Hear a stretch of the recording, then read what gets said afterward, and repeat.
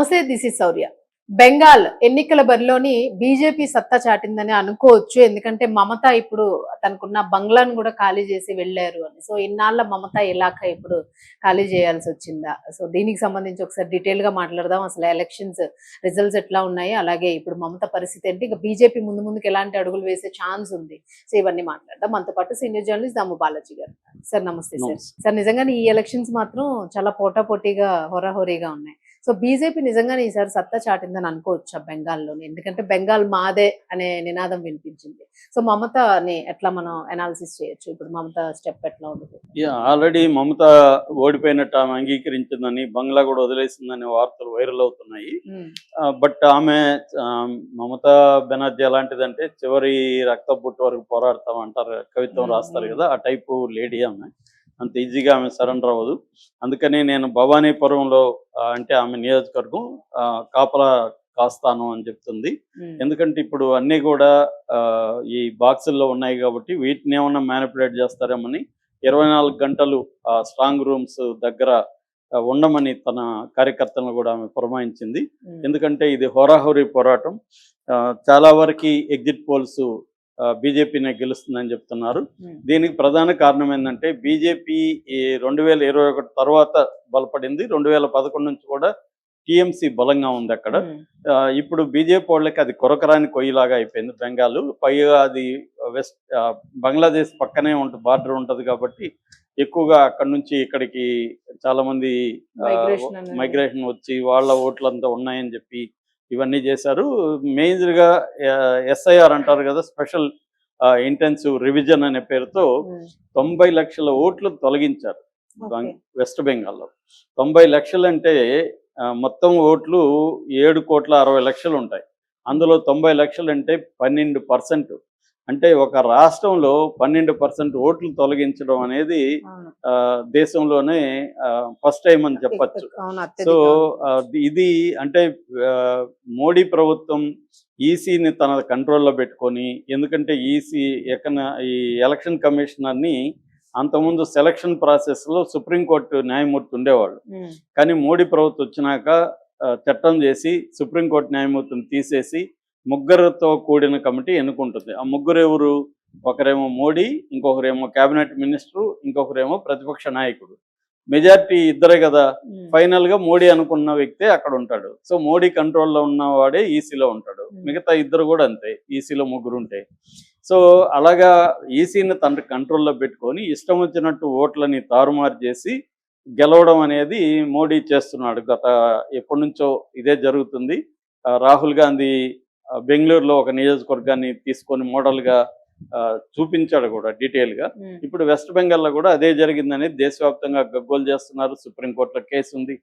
కానీ మోడీ ఏంటంటే అన్ని వ్యవస్థల్ని తన కంట్రోల్లో పెట్టుకొని చివరికి న్యాయ వ్యవస్థతో సహా తను మొత్తం అన్ని రాష్ట్రాల్లో బీజేపీనే ఉండాలి, దేశంలో బీజేపీనే ఉండాలన్న దీంతో ప్రతిపక్షాల ముక్త భారత్, అది పేరుకేమో కాంగ్రెస్ ముక్త భారత్ అని పిలిపిస్తున్నాడు, కానీ ఇంకే ప్రతిపక్షం కూడా ఉండద్దు అన్న పద్ధతిలో ఒక రకంగా రాష్ట్రపతి అంటే ప్రెసిడెన్షియల్ ఫామ్ మనది వచ్చి యాక్చువల్గా ఫెడరల్ గవర్నమెంట్. రాష్ట్రాలకి బలమైన రాష్ట్రాలు ఉండాలి, సెంటర్ బలంగా ఉండాలి. అట్ ద సేమ్ టైం అనేక ప్రాంతీయ పార్టీలు, తర్వాత సెంట్రల్ లెవెల్లో ఉన్న కాంగ్రెస్ లెవెల్ లాంటి పార్టీలు ఉండాలి. అప్పుడే డెమోక్రసీ అనేది ఉంటుంది. కానీ మోడీ ఏం చేస్తున్నాడు అంటే అన్ని డెమోక్రటిక్ వ్యవస్థల్ని తన కంట్రోల్లో పెట్టుకొని చేస్తున్నాడు. ఈ నేపథ్యంలో 90 లక్షల ఓట్లని దానికి మోడీ కానీ ఈసీ కానీ చెప్తున్నది ఏమంటే ఇందులో చాలా బోగస్ ఉన్నాయి, డూప్లికేట్లు ఉన్నాయి, డెడ్ అయ్యారు, 1% 1 vote అని చెప్తున్నారు. కానీ 90 లక్షలు అనేది అందరికి కూడా ఆశ్చర్యకరంగా ఉంది. ఏదో 1-2 లక్షలు ఉంటే ఉన్నట్టు 12% ఉంటుందా ఏదైనా? ఇది పారదర్శకంగా లేదు.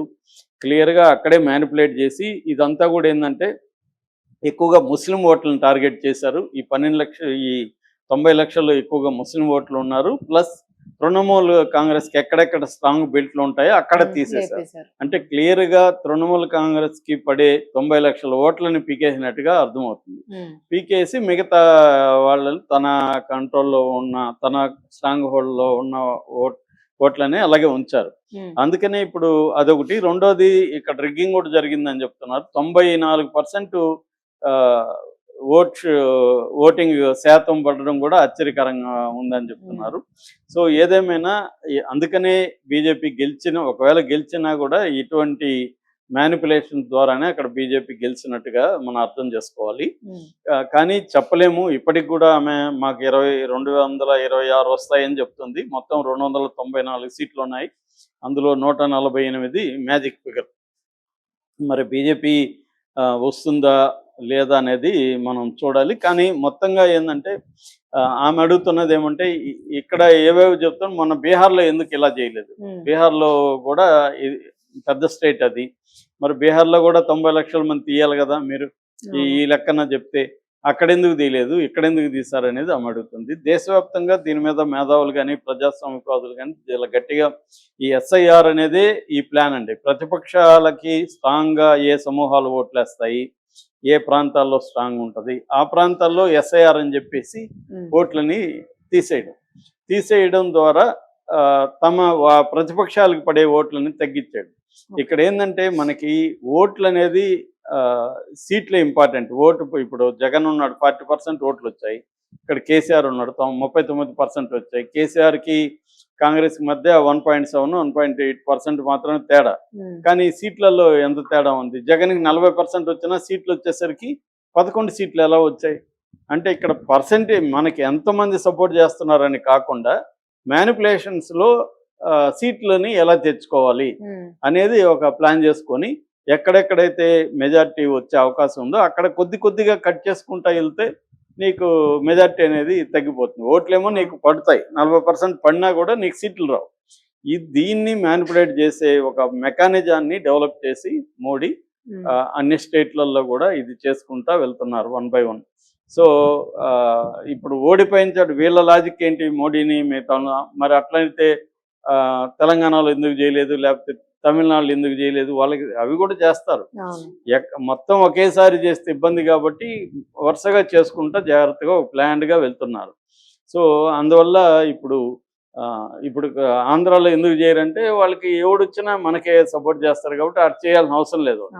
తమిళనాడులో చేస్తే వాళ్ళకి మరీ తమిళనాడులో ఇదిగా ఉంది, అంటే పోటాపోటీగా ఉన్న చోట ఈజీ చేయడం తెలియదు. అదే నీ కంప్లీట్గా 1% కూడా లేని చోట పోయి నువ్వు చేస్తే తెలిసిపోతుంది క్లియర్గా. అందుకనే వాళ్ళు ప్లాన్డ్గా జాగ్రత్తగా ఒక పథకం ప్రకారం ఈ ఓట్లని మ్యానిపులేట్ చేస్తూ, ఈ మ్యానిపులేట్ చేయడం ద్వారా సీట్లను మ్యానిపులేట్ చేస్తూ గెలుచుకుంటూ వస్తున్నారు. అలాగే ఇప్పుడు 21 రాష్ట్రాల్లో ఎన్డీఏ ప్రభుత్వం ఏర్పాటు చేయగలిగారంటే ప్రధానంగా ఈసీని మ్యానిపులేట్ చేసి చేయడం. ఇక్కడ కోర్టులు కూడా ఏం చేయలేని పరిస్థితి. కోర్టుల్లో ఎవరైనా జడ్జిలు ఇచ్చేస్తే బెదిరింపులకు పాల్పడము, లేకపోతే నయన భయాన్ అంటారు కదా, అలాగా తమకు అనుకూలమైన వాళ్ళని కోర్టుల్లో జడ్జిలుగా రావడం. ఒక ప్లాన్ ప్రకారం మొత్తం వ్యవస్థల్ని, డెమోక్రటిక్ వ్యవస్థల్ని నిర్వీర్యం చేసి తామే పర్మనెంట్గా అధికారంలో ఉండాలి. స్టేట్లలో కూడా, ఎందుకంటే స్టేట్లో తలనొప్పి అవుతుంది వేరే పార్టీలు ఉంటాయి, అవి కూడా లేకుండా చూసుకుంటా రావడం అన్న ఒక ప్లాన్ ప్రకారం ఇప్పుడు వెళ్తున్నారు. At the same time north India domination ఉండే విధంగా కూడా చూసుకుంటున్నారు. డీలిమిటేషన్ అంటే రేపొద్దున, ఎందుకంటే వాళ్ళకి ఎంత చేసినా సౌత్లో వాళ్ళకి కష్టంగా ఉంది.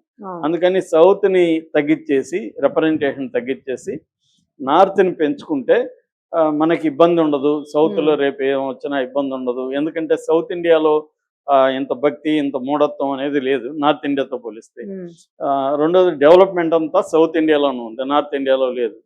సో కాబట్టి సౌత్ ఇండియాని తగ్గించుకొని నార్త్ ఇండియాని పెంచుకొని తనకి గట్టిగా స్ట్రాంగ్గా ఉన్న ప్రతిపక్షాలని ఏదో పద్ధతి కేసులు పెట్టి వీక్ చేయడమా, లేకపోతే వాళ్ళని బెదిరించడమా, లేకపోతే ఎలక్షన్లో మ్యానిపులేట్ చేయడమా, ఏదో ఒక పద్ధతిలో నిర్వీర్యం చేసి తామే అన్ని చోట్ల అధికారంలో ఉండాలన్న ఒక స్కీమ్ నడుస్తుంది.